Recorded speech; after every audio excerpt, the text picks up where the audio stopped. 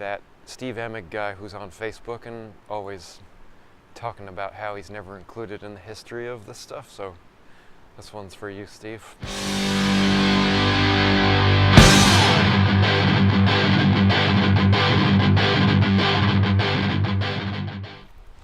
Hi, it's April 7th, a day after my illustrious 45th birthday, and today I'm in Torrance, California at 3162 Kashiwa Street, the former home of Wizard Publications, Freestylin magazine, and BMX Action magazine, and Homeboy, the magazine.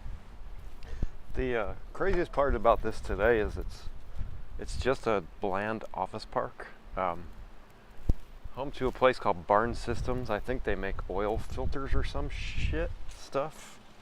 But yeah, it's just like, I wanted to come here so bad as a teenage kid. I thought this was like the epicenter of BMX, and it's seriously just a fucking building with a shitty parking lot. But I mean, a lot of amazing photos happened right here from about 1980 to 89, 90-ish. I think Wizard Publications moved somewhere in Torrance off Del Amo Boulevard, and then things shit the bed pretty quick after that. So from what I can remember, there was a half pipe here, I think called the TOL. And a lot of like the magazine photos were shot here for at least a year or two. I'm not sure how long the ramp lasted, but I can imagine it was probably a liability even back in the 80s. So like inside, I guess. I don't know, I never fucking went here. Don't ask me. So when I was like 13 or 14, I'd write letters to this place all the time from New Jersey, asking if I could come visit, asking if I could test bikes for them, telling them about like stupid little BMX tales that happened in my neighborhood. And those dudes never answered, but they did print one of my letters in like in the 1988 issue about seeing Matt Hoffman on tour with Haro and how awesome it was. And that shit always struck me as like a holy shit moment in my life, as stupid as it sounds now. This is Kashiwa Street. You can probably find a bunch of old magazine photos of like the spray painted car with a bunch of pros and Magoo riding down the street right here. Another shot of the parking lot.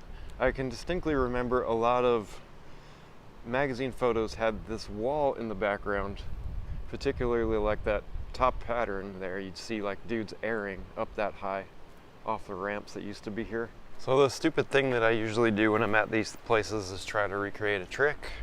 And today I'm gonna recreate this Mike Buff endo photo from the middle of the street.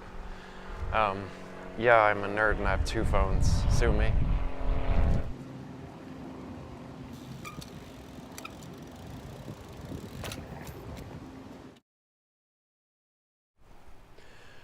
I guess a lot of BMX purists always kind of get bummed on the fact that like Spike Jonze and Andy Jenkins and those guys don't really like acknowledge their BMX past too much. Like they always just say they're from skateboarding.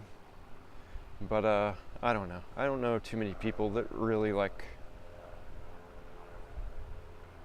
do the same thing they did as they were 19 anymore, in their 40s or 50s. So I really just have better things to worry about, like getting a good night's rest. I'm not being funny today, I'm sorry.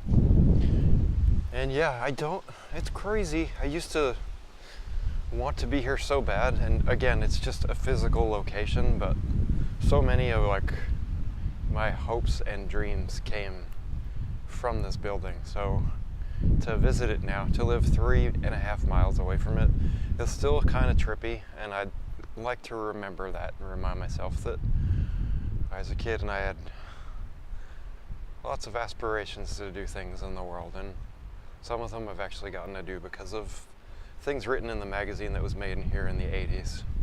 And that's pretty cool. Not too many